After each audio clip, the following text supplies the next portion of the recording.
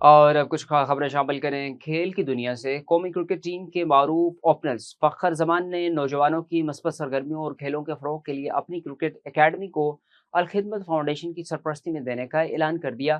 फ़खर जमान ने अलखिदमत फाउंडेशन पाकिस्तान के head office Lahore का दौरा किया, जहाँ सदर Alkhidmat foundation Pakistan professor doctor Hafeezur Rehman, director sport engineer Hamad Rasheed और अलखिदमत की सीनियर क़यादत ने इनका इस्तकबाल किया।